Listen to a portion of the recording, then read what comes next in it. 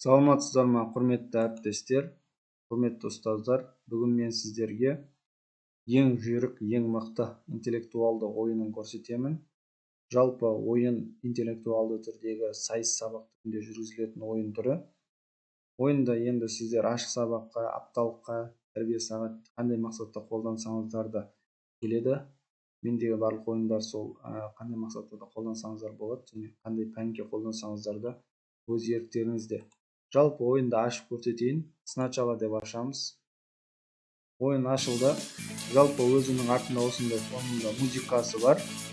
Бастау деген батырмасымен бастаймыз. Ойынның шарты қалай болады? Жалпы бұл жерде ұлдар тобы бір топ, болмаса бір ұл, немесе қыздар тобы, немесе бір қыз қатысады деген сияқты бар. Яғни бір ұл, бір қыз қатысады, немесе ұлдар тобы және қыздар тобы арасындағы сайыс. Яғни бұл жерде мынау 5 сұрақ, ұл бала жауап береді, 5 сұраққа қыздар жауап береді деген сияқты. Сосын мысалы ойынды көрсетейін. Ұлдар тобынан мысалы бір ұяш таңдайды, мысалы еркін таңдайды. Таңдаған кезде осылай ашылады. Мынау бізде мынаның бір рет бассақ, сұрақ ашылады осы жерде. Сұраққа жауап береді, тексереміз. Жауабы дұрыс болса, мына жерге қайтамыз және мынау батырма арқылы жоғары қарай көтеріліп отырады. Яғни одан кейін мысалы қыздар жауап береді, кез келген ұяшты таңдайды. Тура жаңа көрсеткенімдей сұрағын ашады, жауап беретін болса, дұрыс жауап беретін болса, осы жаққа қайтамыз және жоғары қарай көтереміз. Ұлдардан да тағы біреуін ашамыз, мынаны басамыз, жауабы басты бет. Дұрыс жауап бермесе, мынау көтерілмейді, осы қалпында қалады. Қыздар дұрыс жауап беріп отырса, осылай көтеріліп отырады. 5 сұраққа дұрыс жауап берген кезде соңғы неде осылай бірінші осыған кетіп барады.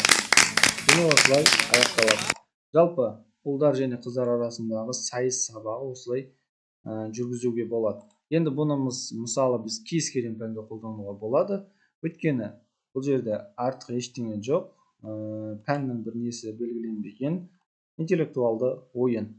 Мына жерге сұрағын жазасыздар, мына жерге жауабын жазасыздар. Бұл енді есеп болатын болса, мына жерге есеп жазасыздар, мына жерге есептің жауабын жазасыздар деген сияқты. Тек қана осылай жазып шықсаңыздар болды. Қалғанын өзгертпейміз, ашамыз, ойнатамыз. Енді мына жерде мен қызды жаңа жеткенін көрдік, біз енді ұл баланы да көрсетейміз. Ұл балада барлығы істейді. Бір сұраққа дұрыс жауап берді, бір рет, екінші сұраққа дұрыс жауап берді, екі, үшінші сұраққа жауап берді, үш, төртінші сұраққа дұрыс жауап берді, төрт, бесінші сұраққа жауап берсе, бес. Ұл бала жеңімпаз. Аяқтау деген батырма арқылы ойынды аяқтаймыз. Жалпы бұл интеллектуалды ойын осындай сайыс түрінде жүргізуге ыңғайлы, ешқандай бұл жерде қиыншылық туындамайды. Тек қана сұрақтарын жазып, өз пәніңіз бойынша қолдана бересіздер.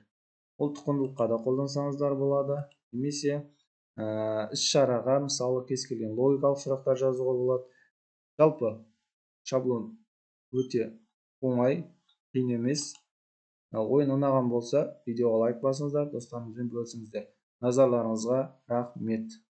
Жалпы ойындарды қайдан алу керектігін енді ол белгілі, мен ылғи айтам, комментарий бөлімі арқылы маған өтсеңіздер WhatsApp-қа, сол жерде толығырақ айтамын.